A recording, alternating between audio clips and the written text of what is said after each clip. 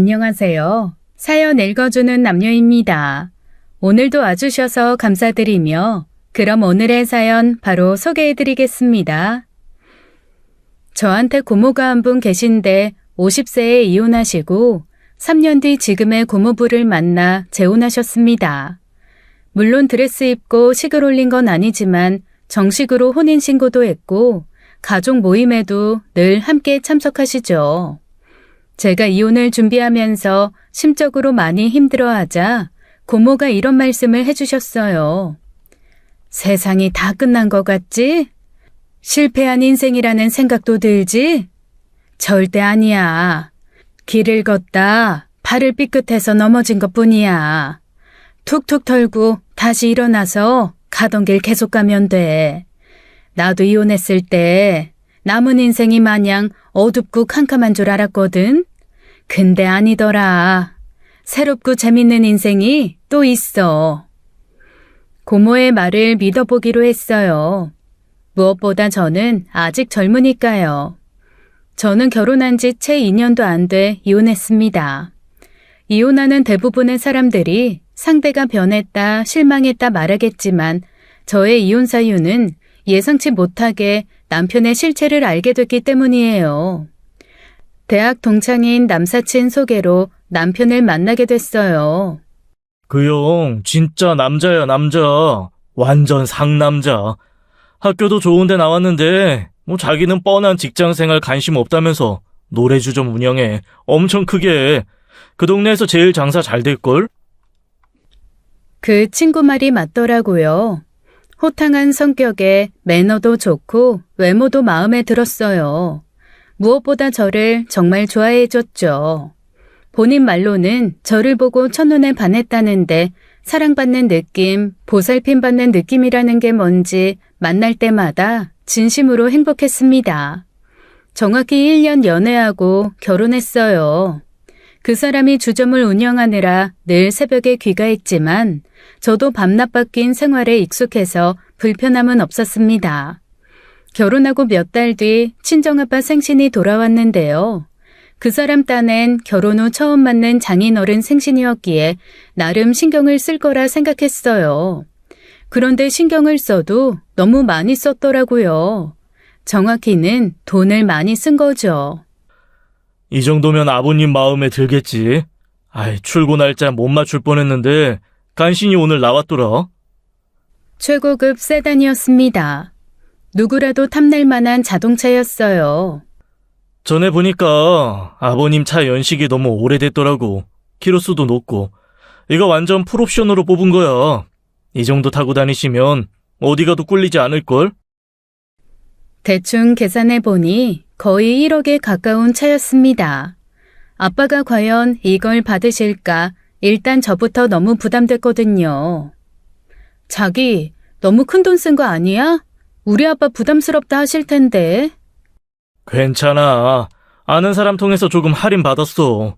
솔직히 다른 사람도 아닌 하나밖에 없는 사위가 이 정도 선물도 못해? 애지중지 키운 딸을 선뜻 주셨는데. 우리 아빠 검소한 거 알잖아. 자기가 재벌도 아니고 이렇게 큰 돈 쓴 거 아시면 분명 싫다고 하실 거야. 괜찮대도 그러네. 나 이 정도 능력은 돼. 요즘 장사 되게 잘 되거든. 계속 이런 식으로 벌면 진짜 재벌 될지도 몰라. 그러니까 절대 부담 갖지 마. 하지만 아빠는 역시나 엄청 부담스러워 하셨습니다. 아무리 하나밖에 없는 사이라지만 이건 너무 과하다. 이미 출고된 차라서 환불할 수도 없는 노릇이고 난 괜찮으니까 너희가 갖고 가서 타. 아버님 아니에요. 저희도 결혼하면서 차 새로 뽑았잖아요. 진짜 괜찮으니까 마음 놓고 타세요. 아버님 정도면 이 정도는 타셔야죠. 너무 부담스러운데. 아빠는 남편이 워낙 강경하게 나오는 바람에 못 이기는 척 받긴 했지만 너무 비싼 선물이 계속 마음에 걸리셨나 봐요. 얼마 후 저에게 따로 전화하셔서는 방금 네 통장으로 돈 보냈다. 네 신랑한테 너무너무 고맙고 앞으로 조심해서 잘 타고 다니겠다고 해. 대신 자동차 값은 내가 낼 테니 돈은 도로 받으라고 해라. 우리 사위 마음 충분히 알았으니 사양하지 말고, 알겠지? 아빠가 매사 정확한 걸 좋아하시는 분이라 얼추 예상했던 일이었습니다. 그래서 남편에게 아빠의 뜻을 전달했죠. 그런데 남편도 만만치 않았어요. 아이, 무슨 소리야. 그 돈을 내가 어떻게 받아? 안 돼, 안 돼. 꼭 다시 장인어른께 돌려드려. 안 받으신다고 하면 장모님한테라도 드려. 알겠지? 어차피 아빠도 남편도 돈 안 받겠다 할 게 뻔했기에 어쩔 수 없이 엄마한테 드리려고 했습니다.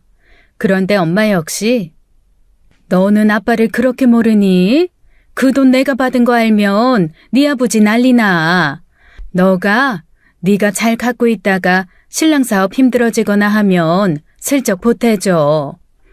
어쩌다 보니 손에 큰 돈이 들어오긴 했지만 꽁돈이라고 좋아라 할 돈은 아니었어요. 그래서 절대 건드리지 말자 다짐했습니다. 한편으로는 차와 돈이 오고 가는 동안 기분은 참 좋더라고요. 장인한테 최고급 세단 선물할 수 있는 능력 좋은 남자와 결혼한 것도 좋았고 부담된다며 선뜻 찻값 내어주는 여유를 가진 친정 부모님도 든든했어요. 어릴 때 아빠가 저보며 우리 공주님 했었는데 진짜 공주가 된 기분이었습니다. 그리고 얼마 후 저 혼자 시댁에 들를 일이 생겼는데요. 시아버지가 누군가와 전화로 심각한 얘기를 나누시더라고요. 아, 이번 달도 못 준다면 어쩌자는 거야? 벌써 넉 달째야, 넉 달째. 얼마 전까지는 3층에서도 그러더니 2층 홍사장까지 이러면 어떡해? 아버님이 갖고 계시는 건물에서 월세가 제대로 안 들어오는 모양이었습니다. 어지간해서는 월세 밀리는 사람들이 아닌데 워낙 불경기라 그런지 난리도 아니네. 그렇다고 매몰차게 나가라고 할 수도 없고 요즘 이 동네 공실이 너무 많거든. 하여간 큰일이다 큰일이야. 혹시 월세 안 들어와서 생활비 쪼들리고 그러세요? 그 정도는 아닌데 얼마 전에 네 신랑이 큰돈 갖고 가는 바람에 수중에 현찰이 없으니까 불안해서 그러지. 의아했어요.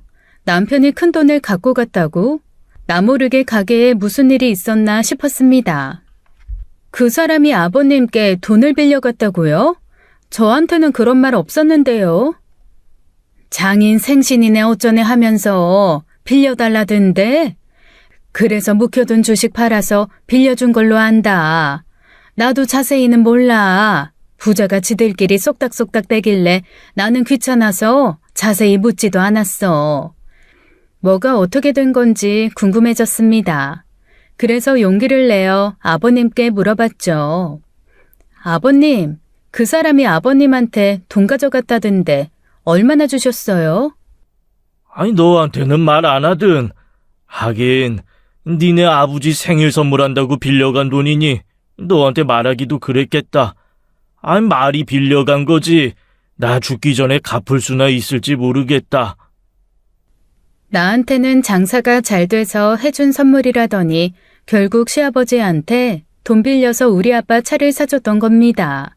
이렇게 된 이상 그냥 넘어갈 순 없더라고요. 다음날 다시 시댁에 들렀어요. 아버님, 그 사람이 빌려간 돈이요. 사실 그 돈 저한테 있거든요. 저희 아버지가 비싼 선물 부담된다고 돈을 도로 주셨어요. 어차피 아버님이 주신 돈이니 다시 돌려드릴게요. 아이, 사돈이 잣값을 도로 주셨다고? 굳이 다시 돌려주실 필요까지는 없는데. 됐다. 그 돈 네가 갖고 있어라. 정 쪼들리면 내가 먼저 달라고 할 테니 일단은 네가 갖고 있어. 돈을 갖고 있기가 점점 더 부담스러웠습니다. 또 아버님께는 너무 죄송했고 반면 남편한테는 너무 화가 나더라고요. 자기, 아버지한테 돈 빌려서 차 산 거야? 굳이 왜 그랬어? 나한테는 장사 잘 돼서 사준 거라며. 뭐하러 그렇게 무리를 해? 전에 아버님 차 보니까 너무 낡아서 새 차 뽑아드리고 싶었던 거야. 아빠한테 돈 빌려서 사준다고 하면 당신이 그러라 했겠소? 우리 아빠가 돈 없어서 낡은 차 타는 것도 아닌데 굳이 돈까지 빌려서 사줄 건 뭐냐고. 거참. 아이, 그냥 그러고 싶어서 그런 거라고. 내가 사위 노릇 좀 해보겠다는데, 아이, 그냥 좀 넘어가면 안 돼? 아빠 돈은 내가 알아서 갚을 거라고. 할 말은 많았지만 그냥 참았습니다. 남편 입장에서는 기껏 돈 썼는데 부부싸움까지 해야 되면 충분히 기분 나쁠 수 있으니까요. 본인 돈이든 아버지한테 빌린 돈이든 우리 아빠에게 좋은 선물 해드리고 싶은 마음만큼은 뭐라고 할 수가 없었습니다. 모든 게 날 사랑하니까 그런 거라 생각했어요. 그래서 일단 그 사건은 접어두고 결혼 생활에 최선을 다했습니다. 양가 부모님 누구도 대놓고 말은 안 하셨지만 아이 소식을 기다리는 것 같아 노력도 했어요. 하지만 생각만큼 쉽진 않더라고요. 게다가 언제부턴가 남편이 인상을 쓰며 귀가했기에 좋은 분위기를 만들 기회도 적었고요.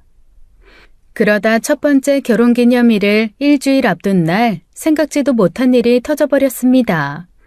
일단 남편이 늘 인상을 쓰며 집에 들어왔던 이유가 있더라고요. 남편 가게 옆에 똑같은 업종의 가게가 오픈을 했던 겁니다. 그 자리가 원래 1, 2층을 다 쓰는 해장국집이었는데 그 집이 빠지고 새로운 노래주점이 들어온 거였죠.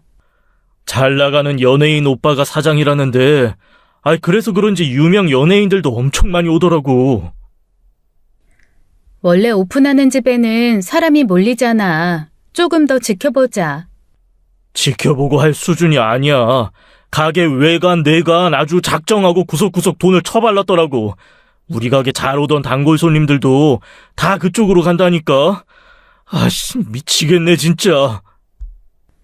다 같이 손님이 없다면 그러려니 해도 눈에 보이는 손님을 죄다 뺏기는 상황이니 남편 딴에는 엄청 스트레스 받았을 거예요.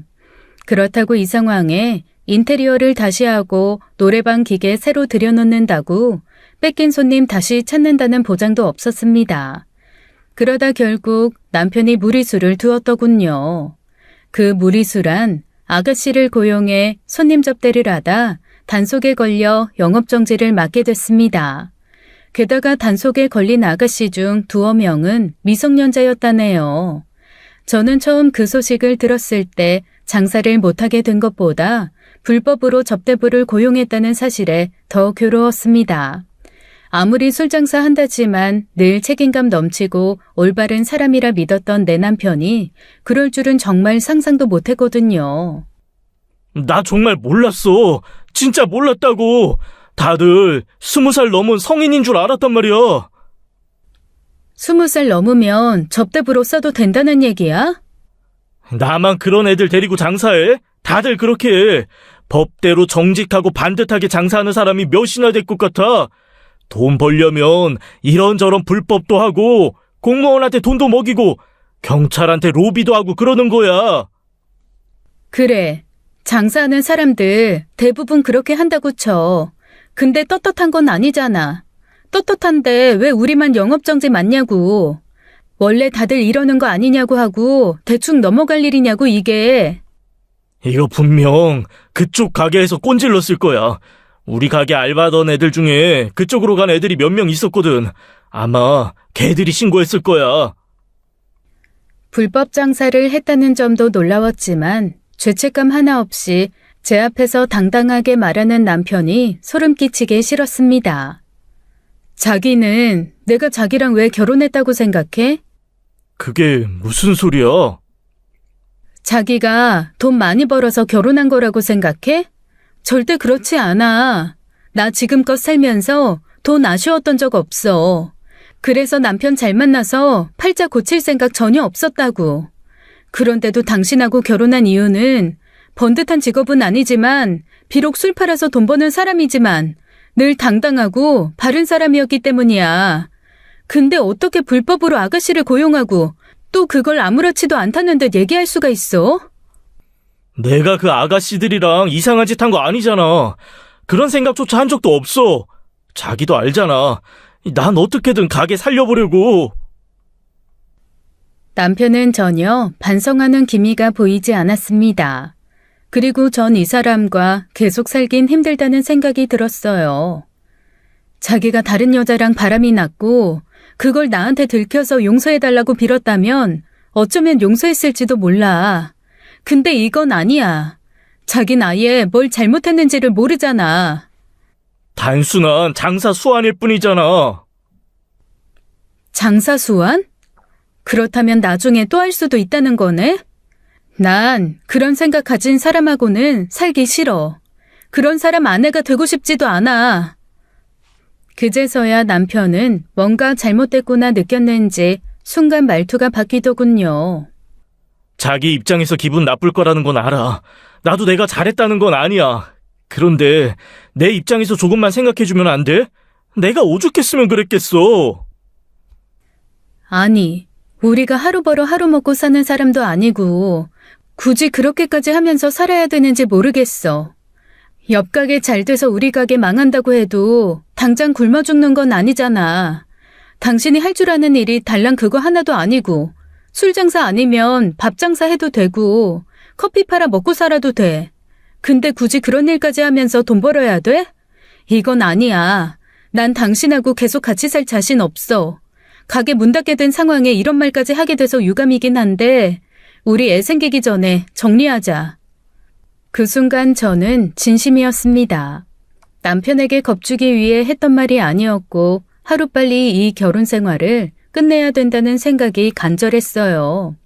그런데 그 사람이 제 앞에 무릎을 꿇더군요. 미안해. 진짜 미안해. 나 당신 정말 사랑해. 놓치고 싶지 않아. 내가 잘못했어. 내가 생각이 짧았어. 당신 말이 맞아.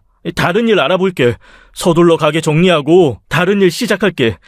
양가 부모님 그리고 당신한테도 절대 부끄럽지 않은 사람 될게. 술 장사 그만하고 당당한 일 할 거야. 약속해. 믿어줘. 제발. 저에게 용서를 구하는 남편의 마음도 진심이었을 거예요. 하지만 제 마음은 움직이지 않았습니다. 내 눈앞에 무릎 꿇고 있는 남편이 딱하거나 측은하거나 짠하거나 하지도 않았어요. 정말 꼴보기 싫었습니다. 그래서 전 아무런 대답도 하지 않고 방으로 들어와 버렸죠. 그리고 며칠간 그 어떤 대화도 나누지 않았습니다.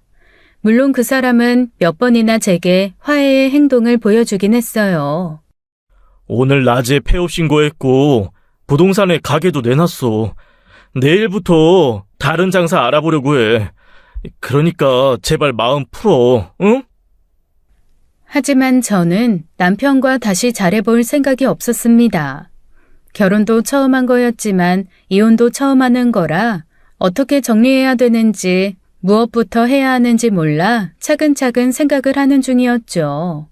그래서 일부러 밖으로 돌았습니다. 친구들도 만나고 혼자 영화도 보고 미술관도 가고 늦은 시간 혼자 드라이브도 했어요. 이혼을 결심하고 가장 마음에 걸렸던 건 당연히 양가 부모님이었습니다. 저희 부모님은 말할 것도 없고 시부모님들도 제게 너무 잘해주셨고 좋은 분들이라 그분들과 연을 끊어야 한다는 사실에 마음이 너무 아프더라고요.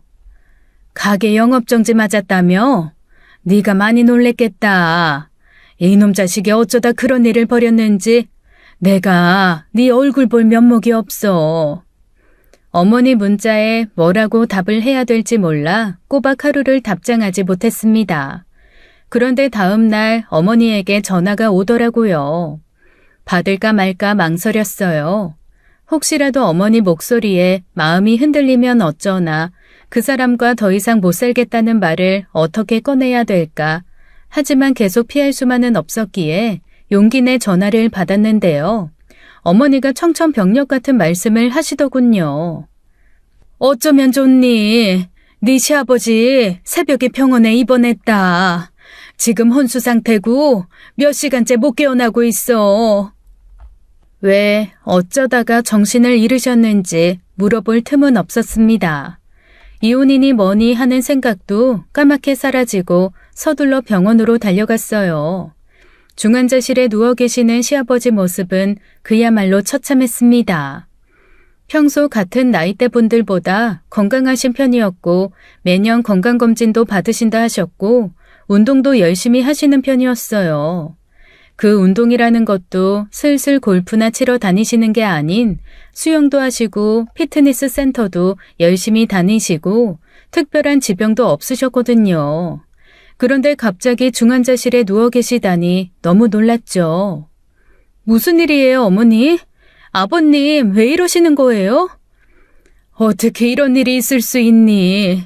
새벽에 병원 연락받고 달려왔더니 이 모양 이 꼴로 계신다. 이렇게 영영 못 깨어나면 어쩌냐. 처음 봤을 때 어찌나 엉망이던지 난 네 시아버지 죽은 줄 알았어.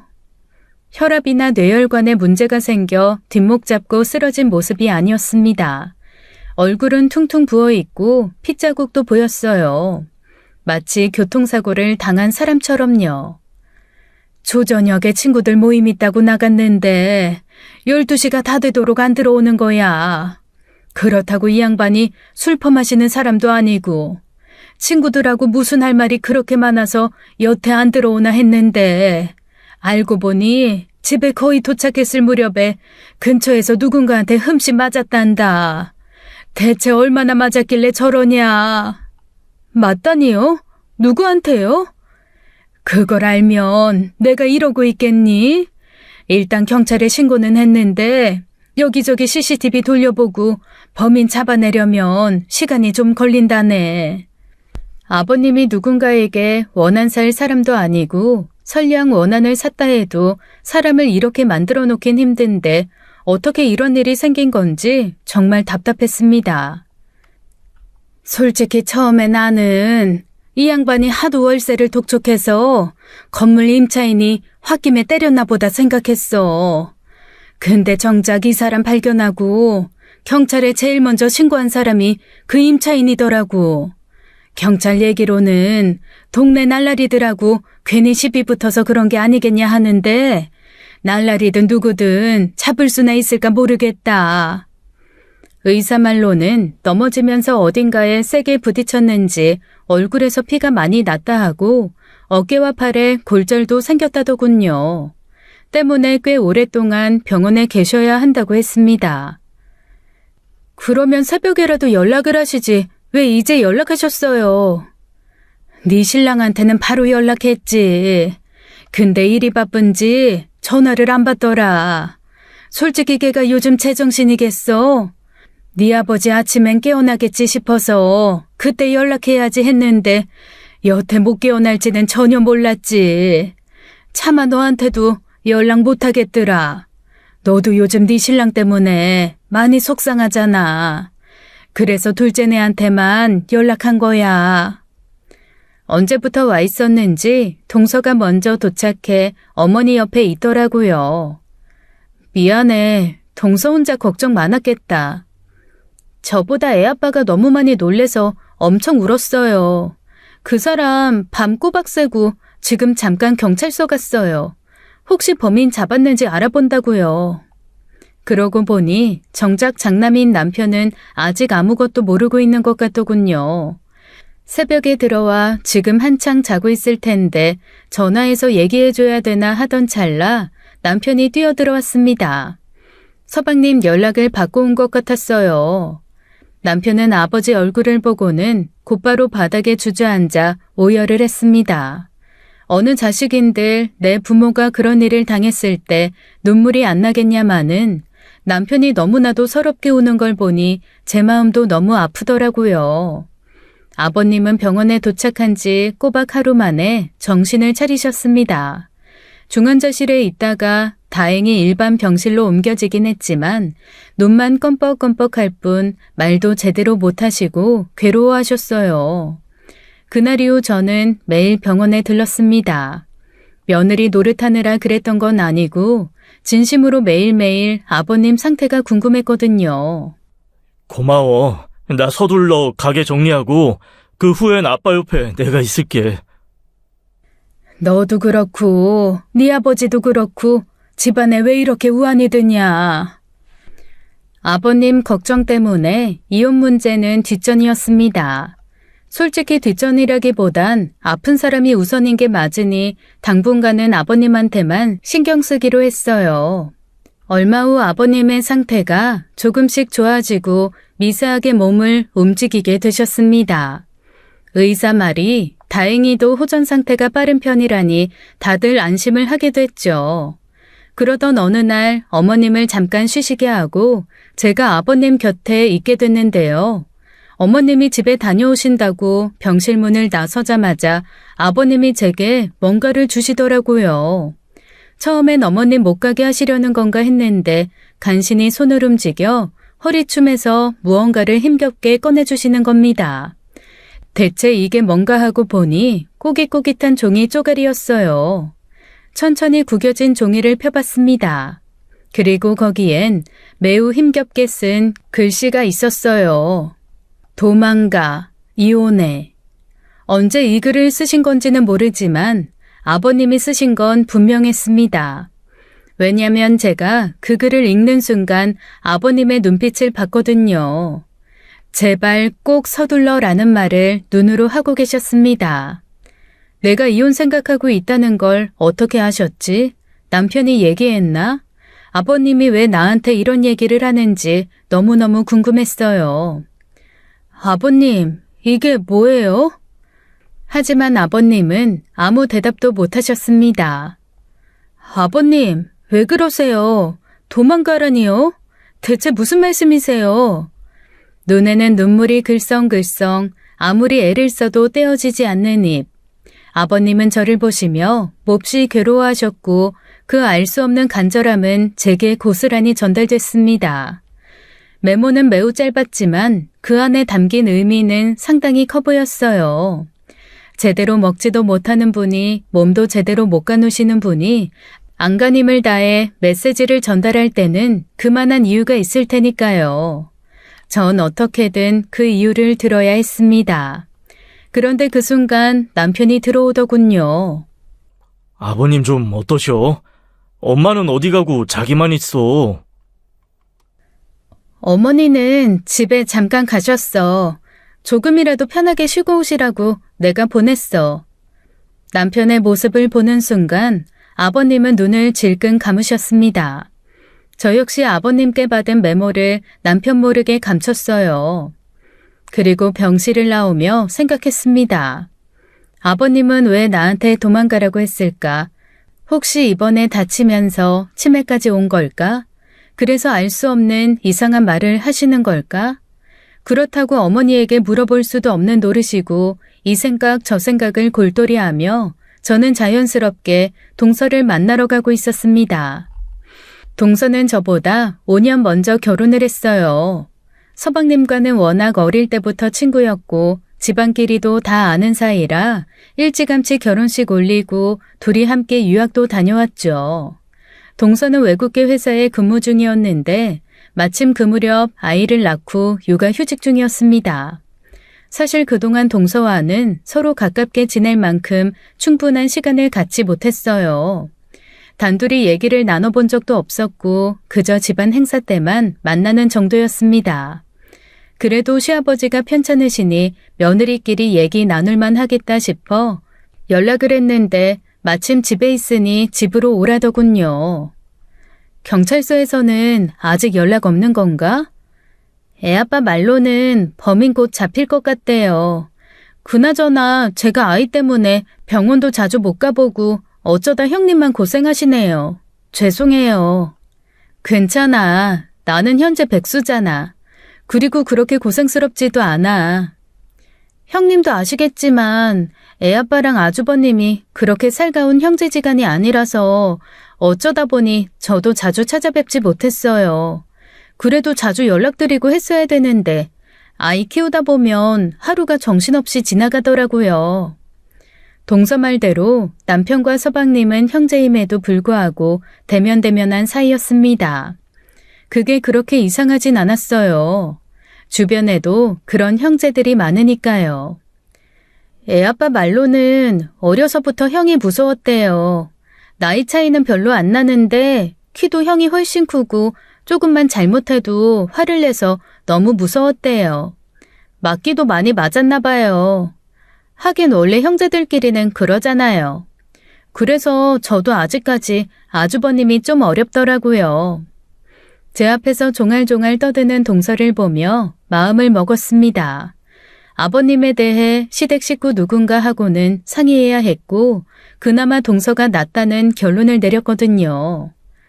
하나 물어볼 게 있는데 혹시 아버님 평소에 아프신 데는 없었지? 그건 형님도 아시잖아요. 아버님 워낙 활동적이고 건강하신 거. 제가 알기로도 이렇게 입원하신 거는 처음이에요. 감기도 거의 안 걸리셨거든요. 그런데 아버님이 조금 이상한 것 같아. 아버님이 이상하다고요? 어디 가요? 아까 나한테 이상한 말씀을 하셨어. 아니, 정확히는 메모를 써주셨는데 도무지 이해할 수가 없어서 말이야. 저는 아버님이 건네주신 메모에 대해 동서에게 솔직히 털어놨습니다. 글쎄요, 아버님이 왜 이런 얘기를 하셨을까요? 순간 덜컥 겁이 나더라고. 혹시 치매가 온 건 아닐까 해서. 그때 동서가 뭔가 생각났다는 듯한 표정을 지었습니다. 하지만 이내 애써 숨기려고 하더군요. 설마 치매겠어요? 아버님이 기억력이 얼마나 좋은데요. 조용필 노래 가사를 다 외우시잖아요. 아버님 기억력 좋은 건 나도 알지. 근데 혹시 이번 사고로 뭔가 잘못된 건 아닐까 해서. 그거야 말문이 트이셔야 알 수 있는 거지만 설마요. 아닐 거예요. 동서는 분명 뭔가를 숨기고 있었습니다. 정확히 말하면 숨긴다기보다는 말할까 말까 망설이고 있었어요. 동서가 어려서부터 아버님을 봐왔다길래 혹시 뭐 아는 거 있나 해서 물어본 거야. 나보단 어머님 아버님에 대해 훨씬 많이 알고 있을 것 같아서. 순간 동서가 침을 꿀꺽 삼키더군요. 그리고 결심했다는 듯 털어놓기 시작했습니다. 형님도 이젠 정식으로 이 집 식구니까 알고 계셔야 될 것 같아서 말씀드리는 거예요. 아버님 가끔 신사동에 친구분 만나러 가시잖아요.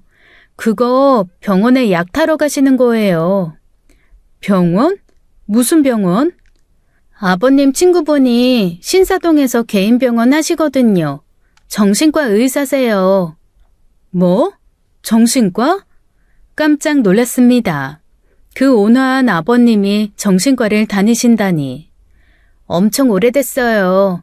아주 오래전부터 정기적으로 약 드셨으니까 어쩌면 되게 어려서부터 그랬을 수도 있겠네요.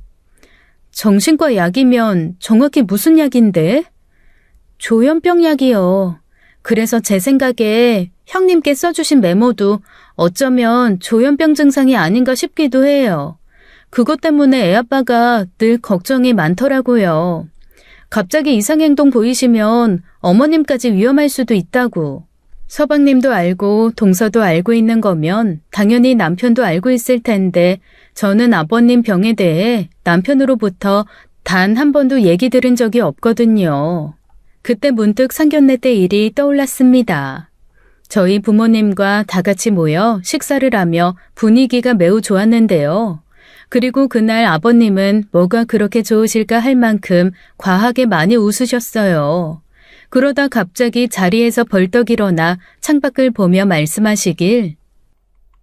이 추운 날씨에 밖에 저 사람은 왜 옷을 다 벗고 있냐? 감기 걸리면 어쩌려고.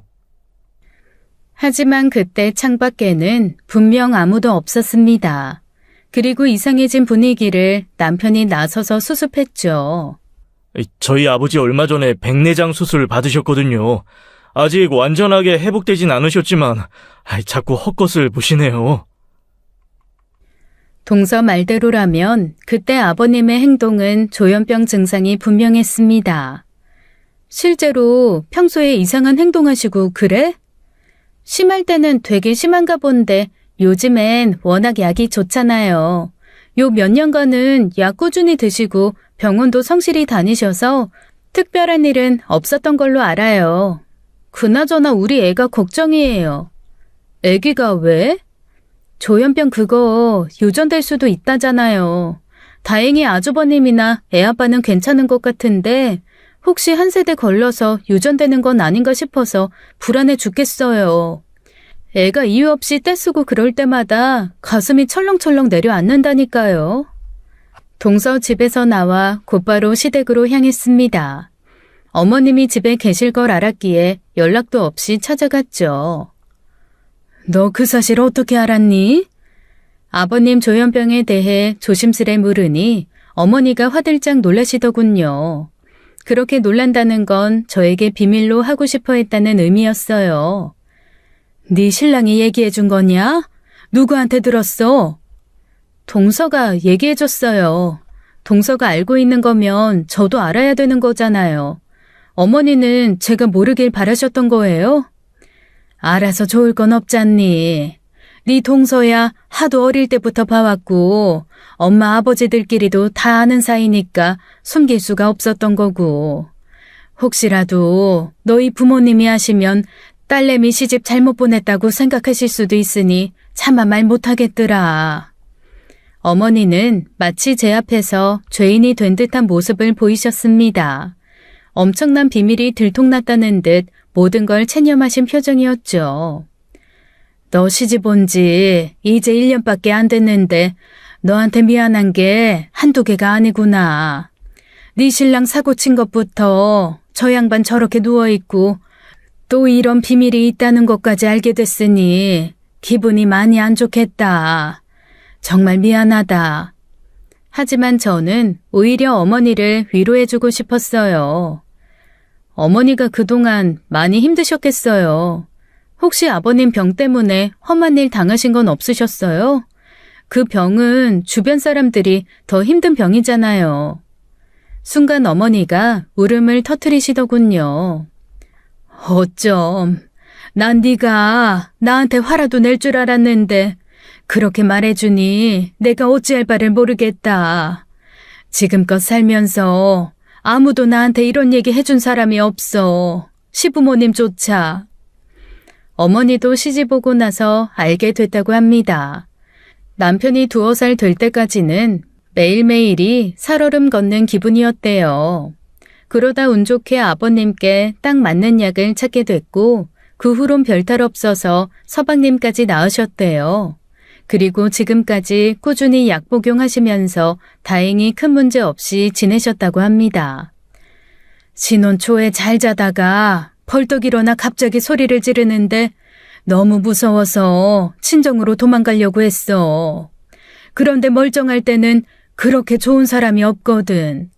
그나저나 둘째가 뜬금없이 너한테 아버지 병 얘기했을 리는 없고 갑자기 그 얘기는 왜 나온 거니? 이쯤 되니 어머니께도 굳이 숨길 필요가 없을 것 같아 아버님이 주신 메모를 보여드렸습니다. 저는 혹시 아버님이 치매인가 싶어서 걱정돼서 동서에게 물어본 거였어요. 뜬금없이 저한테 이런 걸 주실 이유가 없잖아요. 이것도 혹시 조현병 때문일까요? 병원에 누워 계시느라 약을 못 챙겨 드셔서 그러신 걸까요? 그렇다면 주치의한테 전달해야 되지 않을까요? 그때 어머니는 큰 한숨을 쉬시며 다리에 힘이 풀린 듯 자리에 주저앉으셨습니다. 그리고 너무나도 충격적인 말씀을 하셨어요. 너 도망가. 이혼해. 그게 맞는 것 같다. 아버님이 제게 주신 메모를 읽으신 게 아닌 진심으로 어머니 마음에서 우러난 말이었습니다.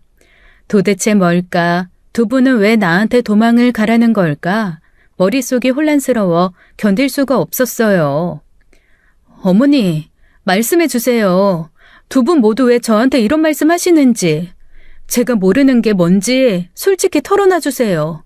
도망을 가든 이혼을 하든 뭘 알아야 하죠. 아까 병원에서 네 신랑 보고 왔다고 했지? 네, 그 사람 오는 거 보고 바로 동선에 갔던 거예요. 이어서 어머니가 털어놓은 진실은 충격 그 자체였습니다. 사실 나는 네 아버지 저렇게 만든 놈, 나는 누군지 알 것 같다. 그래요? 그게 누군데요? 네 신랑, 바로 내 아들놈. 순간 아무 말도 할 수 없었습니다. 뭐가 어떻게 된 일인지 사건의 퍼즐이 여기저기로 분산되더라고요. 그놈이 그렇게까지 될 줄은 상상도 못했어. 최소한의 사람 구실만 해도 좋겠다 싶었다. 따지고 보면 그렇게 낳아서 키운 내 잘못이지. 누굴 탓하겠니? 그리고 어머니는 제가 모르는 남편의 이야기를 다 털어놓으셨습니다. 어릴 때부터 그랬어. 어찌나 욕심이 많은지 지가 원하는 걸 손에 넣지 못하면 몇 날 며칠을 울고불고 하더라.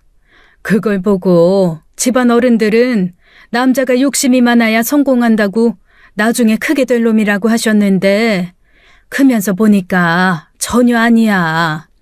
하나부터 열까지 노력해서 얻을 생각은 없고 매번 거짓말하고 화내고 소리쳐서 해결하는 거야. 그놈 때문에 둘째는 제대로 기 한 번 못 피고 살았다. 어쨌거나 대학도 간신히 들어가긴 했는데 남들 4년 다닐 거 그놈만 7년을 다녔어. 졸업하고는 집에서 놀고 먹길래 취직하라고 했더니 자기는 남 밑에서 일 못한다고 죽어도 사업해야겠다면서 아버지 돈 갖다 날린 게 정말 수억이야 수억. PC방, 카페, 옷가게 몇 번을 말아먹었는지 몰라. 그러다 진짜 마지막이라고 앞으로 절대 지원 없다고 하면서 도와준 게 그 주점이었다. 근데 이번엔 장사도 잘 되고 너랑 결혼도 하고 그래서 이제야 사람 됐나 보다 했는데 결국 그걸 또 말아먹은 거지. 어머님 말씀을 듣는 동안 심장이 너무 뛰었습니다. 나는 왜 그런 모습을 알아채지 못했을까? 왜 단 한 번도 의심하지 않았을까 싶었어요. 그래도 너한테는 참 잘했을 거야. 지가 좋아하는 건 살아있는 거든 죽은 거든 물고 빨고 하면서 엄청 아끼거든. 그런데 그 사람이 왜 아버님을... 영업정지 맞자마자 또 달려왔더라. 디저트 카페 차리게 돈 달라고. 그래서 아버지나 나나 절대 안 된다고 했어. 결혼도 하고 가장도 됐으니 앞으로 네가 알아서 하라고 똑부러지게 말했지. 게다가 지난번에 네 아버지 차 사준다고 큰돈 갖고 간 것도 있고 상가 월세도 몇 달째 밀려서 우리도 진짜 도와줄 돈이 없었거든. 그런데 그놈 하는 말이 건물을 통으로 달라는 거야. 아버님 건물을요? 그게 어떤 건물인데 그냥 날로 먹겠다는지 양심도 없지.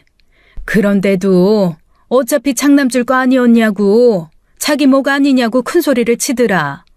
그게 왜 지 몫이야? 지 동생이랑 공평히 나눠야지. 그러니까 그 사람이 건물 안 줬다고 아버님을 때렸다는 거예요? 아버지가 그렇게 화내는 거 나도 처음 봤다. 엄마 아버지 피 언제까지 빨아먹을 거냐고. 장인한테는 그렇게 정성 쏟으면서 왜 엄마 아버지한테는 돈 빼먹을 생각만 하냐고 했더니 그놈이 뭐라는 줄 아니? 우리 장인은 정신이 멀쩡하거든. 언제 정신줄 놓을지 몰라 벌벌 떨면서 약 챙겨 먹는 아버지랑은 완전 달라. 그게 자식놈이 아버지한테 할 소리니? 그건 사람도 아니다. 그 사람은 괴물이었습니다. 아니 악마였어요. 손이 부들부들 떨리고 피가 멈추는 기분이 들었습니다. 남의 집 자식도 아닌 내 아들인데 내 입으로 이렇게 말하게 될 줄은 몰랐다. 사실 네 아버지 저렇게 됐다는 연락받고 단박에 그놈 짓이란 거 알았어. 하지만 차마 애미로서 아들을 경찰에 신고할 순 없더라. 어쩌겠냐. 내 속으로 낳은 자식인데. 하지만 어머니는 눈 감아줄 수 있어도 경찰은 그냥 넘어갈 수 없을 겁니다. 솔직히 그동안의 어머니 소가리를 제가 어떻게 다 알겠어요. 아버님 병이 언제 도질까 노심초사하는 것만으로도 힘들었을 텐데 언제 또 사고 칠지 모르는 장남까지. 매일 밤 잠이나 제대로 잤을까 싶더라고요. 어머니, 죄송해요. 전 그런 것도 모르고. 네가 뭐가 죄송해. 넌 잘못한 게 하나도 없는데. 오히려 우리가 죄인이다. 우리가. 절망을 끌어안고 있으면 병이 될 뿐 서둘러 훨훨 날려버려야 했습니다. 짧은 시간이지만 누구 못지않게 사랑했고 남들 보는 앞에서 보란듯 식도 올리고 부부라는 이름으로 한 집에 살았던 사람이었기에 아버님 앞에서 눈물 콧물 쏟으며 펑펑 울던 그 사람을 보고 어쩌면 내가 품어줘야 하는 사람인가 싶은 생각도 잠시 했습니다. 하지만 그마저도 속은 거였어요. 그때 흘렸던 눈물 콧물은 모두 거짓이었던 거죠. 그래서 가차없이 버리기로 결심했습니다. 정에 이끌린 정상 참작 따윈 구차할 뿐이었으니까요. 낮에 부동산에서 연락 왔는데 가게 인수하고 싶은 사람이 나타났대. 곧 깔끔하게 정리될 것 같아. 곧바로 카페 자리 알아보려고. 요즘 디저트 카페가 잘 된대잖아. 나 그거 한번 해볼까 하는데 자기 생각은 어때? 남편이 저녁 집에 들어와서는 아주 해맑게 웃으며 얘기하더군요. 돈은 있어? 무슨 돈으로 디저트 카페 하려고? 아버지 저렇게 되시기 전에 얘기를 좀 나눴는데 상가 건물 내 명의로 해주신대. 그거 담보로 대출 받던지 아니면 1층에 있는 국수집 내보내고 그 자리에 오픈해도 되고. 죄책감 따윈 전혀 없었습니다. 이번에도 너무나 당당하고 오만하기까지 했어요. 그래, 내가 저 모습에 속아서 결혼했지. 이번엔 절대 속지 않아. 라고 다짐했습니다. 뭐라든 잘 되길 바래. 그 전에 이혼부터 해줘. 남편이 아버님을 폭행한 이유가 오로지 돈 때문이었을까? 아니면 나도 붙잡아 놓기 위해 그랬던 걸까 궁금해졌습니다. 만일 그랬다면 정말 사람이길 포기한 거겠죠. 자기야, 이러지 마. 나는 당신하고 헤어지고 싶지 않아. 물론 내가 다 잘못한 거 알아. 하지만 진짜 약속할게. 앞으로는 정말 성실히 살 거야. 믿어줘. 나 진짜 당신만 바라보고 살 자신 있어. 그래? 그런데 아버님이 정말 건물 주신대? 나랑 약속했다니까. 그런데 갑자기 저런 일을 당하는 바람에. 하지만 내일이라도 당장 명의 이전할 수 있어. 건물 주겠다는 약속을 받아냈는데 당신은 아버님을 왜 저렇게 만든 거야? 굳이 저렇게까지 할 필요가 있었어? 남편은 아무 말도 하지 못했습니다. 제가 모를 거라 생각했겠죠. 당신이 사람이야? 난 지금 이 순간 당신하고 말 섞는 것조차 역겨워. 어떻게 내 부모를, 내 아빠를 피가 터지고 뼈가 부서지게 때릴 수가 있어? 한참을 말없이 있던 남편은 천천히 일어나 물 한 잔을 벌컥 마시더군요. 그리고 체념한 듯, 그러나 어쩔 수 없었다는 듯, 그러니 너도 이해해야 된다는 듯 얘기하기 시작했습니다. 방법이 그것밖에 없었어. 노인네가 나이 들더니 고집만 세져서 말만 많더라고. 건물 달라고 했는데 단칼에 싫다는 거야. 아들 먹고 살기 힘들어 중내사내 하고 있는데 거기다 대고 쓸데없는 훈계만 하길래 나도 어쩔 수가 없었어. 그게 왜 쓸데없는 훈계야? 난 아버님이 틀린 말 하셨을 것 같지 않은데? 우리 아빠한테 사준 차부터 시작해서 그동안 아버님한테 가져간 돈이 한두 푼이 아니라며.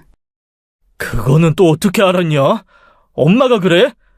야, 솔직히 부모가 자식 뒷바라지 하는 거 당연한 거 아니야? 내가 남이냐고. 이 집 장남이자 집안의 장손이야. 그럼 해달라는 거 해줘야지. 계속 말 섞어봤자 화만 돋을 뿐이었습니다. 그 사람에겐 전혀 반성의 기미가 보이지 않았어요. 근데 어떡하냐? 경찰에서 조만간 연락할 것 같던데. 요즘엔 인근 CCTV 몇 개만 돌려봐도 다 찾아내잖아. 나는 존속 폭행범과 같이 살 마음 없어. 하지만 남편은 뭘 믿고 그러는지 여전히 당당했습니다. 내가 감옥에 갈 것 같아서 그래? 나 감옥 안 가. 존속 폭행은 피해자가 용서하면 끝이야. 다시 말해, 반의사 불벌죄. 설마 아버지가 나를 감옥에 넣을 것 같아? 아니면 엄마가 넣을 것 같아? 우리 부모님 그렇게 매몰찬 양반들 아니다. 어차피 건물도 내 손에 오게 돼 있어. 그러면 자기도 좋은 거잖아. 건물주 남편 만나는 게 쉬운 줄 알아? 그야말로 미친놈이었어요. 상대할 가치조차 없었죠. 점점 무서워지기까지 했습니다. 다음 날 저는 아침 일찍 집에서 나왔습니다. 만나야 될 사람이 있었거든요. 아내가 아버지 얘기했다면서요. 형수님, 많이 놀라셨죠? 아버지가 무슨 병이 있는지가 뭐가 중요해요. 우선은 빨리 쾌차하시는 게 중요하죠. 그런데 아버지가 엄한 얘기하신 건 아닐 거예요. 깊고 자세한 얘기는 못하지만 저도 형수님 걱정돼요. 못하겠다는 깊고 자세한 얘기, 그게 뭔지 짐작이 갔습니다. 네, 그래서 아버님 말씀대로 하려고요. 그 전에 서방님께서 꼭 알아야 될 얘기가 있어서 만나자고 했어요. 남편이 아버님의 건물을 뺏으려 했고 뜻대로 안 되자 아버님을 저렇게 만들었다는 사실을 털어놓았습니다. 그리고 어머님과 나눈 얘기도 다 했어요. 시동생은 제 앞에서 몸을 파르르 떨며 눈물을 흘리더군요. 사실 그동안 모른 척하고 살았어요. 형이 부모님께 걸핏하면 손 내미는 거, 또 수틀리면 아무 말이나 쏟아내는 거, 언제나 자기 하고 싶은 대로 다 하는 거, 저도 이미 알고 있었어요. 하지만 제가 간섭할 순 없었어요. 엄마가 그것만은 참아달라 신신당부했거든요. 근데 하다 아버지를... 그 사람은 자긴 처벌 안 받을 거라고 철석같이 믿고 있어요. 설마 부모님이 자길 감옥 보내겠냐고 하더라고요. 그건 형 말이 맞아요. 엄마 아버지는 처벌하지 말라고 하실 분들이에요. 그러니까 서방님이 나서야죠. 서방님이 나서면 그 사람 처벌받을 수 있어요. 그냥 계속 저렇게 두면 또 어떤 짓 할지 몰라요. 전 그 사람하고 헤어질 거예요. 하지만 어머님 아버님만큼은 지켜드리고 싶어요. 서방님하고 동서도요. 곧바로 시동생과 함께 변호사 사무실을 찾았습니다. 내 아버지 폭행범에 대한 서방님의 고소, 그리고 제 이혼 소송도 함께 상담받았죠. 결혼하고 캐나다로 유학 갔을 때 거기가 너무 좋아서 그냥 정착하고 계속 살까 생각도 했어요. 그런데 다시 돌아온 이유는 하나예요. 부모님 걱정 때문에요. 아버지 병도 그렇고 무엇보다 형이 부모님을 얼마나 볶아댈지. 그렇다고 제가 형을 말릴 순 없지만 그래도 가까운 곳에 있어야겠더라고요. 형수님 처음 봤을 때도 참 많은 생각이 들었어요. 귀한 집 딸 데려다 힘들게 하는 건 아닌지. 형은 충분히 그러고도 남을 사람이거든요. 그래도 형수님이 형에 대해 빨리 알아차려서 정말 다행이에요. 기분이 참 묘하네요. 그 사람을 제외한 모든 가족이 이렇게 좋은데 맘 같아선 그 사람하고만 헤어지면 좋겠는데 그게 불가능한 일이라는 게 너무 속상하네요. 이혼소장 보내놓고 어머님 아버님 뵙는 것도 도리는 아닌 것 같으니 저 대신 서방님이 인사 전해주세요. 그리고 건방진 얘기일 수도 있지만 두 분 잘 부탁드릴게요. 꼭이요. 더 이상 말을 이어갈 수 없었습니다. 눈물이 쏟아지고 목이 메어와 계속 앉아있을 수 없더라고요. 그렇게 전 집이 아닌 친정으로 갔습니다. 이제는 제 부모님께도 모든 사실을 알려야 했으니까요. 제가 보낸 이혼 소장보다 경찰이 먼저 그 사람에게 도착했더군요. 존속특수폭행죄로 구속 기소되었다는 소식을 들었습니다. 게다가 폭행 죄질이 너무 나빠서 반의사 불벌죄가 적용되지 않았다고 합니다. 법은 남도 아닌 아들이니 부모님은 차마 처벌을 원하지 않을 것이다 예상했던 그 사람의 기대를 충족시켜주지 않았던 거예요. 경찰이 그러더래요. 아무리 자식이라지만 그 정도 폭행은 당연히 처벌받아야죠. 어쩌다 툭 친 것도 아니고 아주 작정하고 저지른 폭행이면 형사처벌 피할 수 없습니다. 요즘 망나니 자식들이 얼마나 많은데요. 그리고 알게 된 또 다른 사실은 주점을 하면서 고용했던 알바생과 아가씨들에게도 고소를 당했더군요. 그나마 성추행은 없어 다행이었지만 상습적으로 폭언과 욕설, 협박까지 했다네요. 그놈은 그놈이고 봐서 그쪽 어른들 안부 좀 챙겨라. 그런 험한 일 겪고 나면 멀쩡하던 사람도 아프게 되는 법이야. 아빠의 말이 100분 이해됐지만 차마 아버님 어머님 얼굴을 볼 용기가 안 났습니다. 생각만 해도 눈물이 쏟아졌거든요. 그런데 고맙게도 먼저 소식을 전해준 사람이 있었어요. 형님, 저예요. 잘 지내시죠? 아버님, 이제 식사도 하시고 천천히 걷기도 하세요. 형님 소식 듣고 흡족해 하셨어요. 형님이 아버님 말씀대로 해줘서 진심으로 고맙대요. 퇴원하면 꼭 한번 다시 만나서 밥 사주고 싶다고도 하셨고요. 애아빠도 형님한테 고맙다고 전해달라고 했어요. 맞다. 그리고 애아빠가 그러는데 어머님 아버님이 아주버님 절대 용서 못한다고 하셨대요. 이제 곧 정식 재판 들어갈 거라고 해요. 많이 궁금하고 혹시 불안해하실까봐 소식 전해드려요. 종종 또 연락드릴게요. 건강 잘 챙기시고 꼭 행복하세요. 동서가 보낸 장문의 문자를 받고 얼마나 울었는지 몰라요. 안도가 되기도 했고 한편으론 아쉬움도 남았고 무엇보다 시댁 사람들이 너무 그리웠습니다. 결국 저에게 이혼은 가슴 아픈 그리움으로 남게 됐죠. 며칠 전 운전을 하다가 시아버님 건물 앞을 지나게 됐어요. 몇 달째 월세를 안 낸다던 3층도 2층도 영업장은 바뀌지 않고 그대로 잘 있더라고요. 아버님 어머님을 만나뵐 순 없었지만 저도 모르게 기도를 하며 지나쳤습니다. 늘 건강하시길 그리고 꼭 행복하시길요. 끝으로 그 사람에게 징역 3년 구형이 떨어졌다고 들었습니다. 글쎄요. 유능한 변호사가 붙었다면 그보다 적게 처벌받을 수도 있겠죠. 하지만 아마 변호사 살 돈은 없을 거예요. 통장처럼 야금야금 썼던 부모님 돈줄이 막혔을 테니까요. 함께 살던 사람이 감옥을 간다니 제 입장에선 너무나도 치욕스럽지만 그래도 모두를 위해 감옥에 가는 게 맞는 것 같습니다. 사람 변하는 게 쉬운 일은 아니지만 부디 확실하게 정신 차린 아들, 제대로 반성할 줄 아는 아들로 다시 거듭나길 바랍니다. 긴 얘기 들어주셔서 감사합니다. 지금까지 사연 읽어주는 남녀였습니다. 끝까지 시청해주신 여러분 감사드리며 저희는 다음 사연으로 돌아올게요. 감사합니다.